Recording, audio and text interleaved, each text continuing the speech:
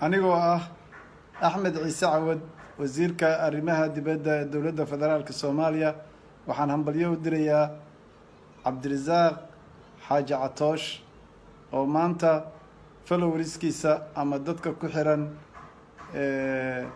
oo kala socda boggiisa Facebook-ga ay gaareen 1 milyan. 1 milyan waa milestone fiican, waxayna muujinaysaa kalsoonida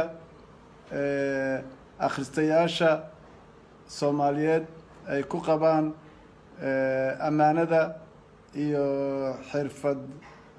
xirfadda aqooneed ee warbaahineed ee uu leeyahay Cabdirasaaq Xaaji Catoosh. waxaan leeyahay mar kale Cabdirasaaq Xaaji Catoosh hambalyo milestone-ka maanta aad gaartay oo ah in 1 milyan oo qof ay yihiin followers boggaaga Facebook-ga.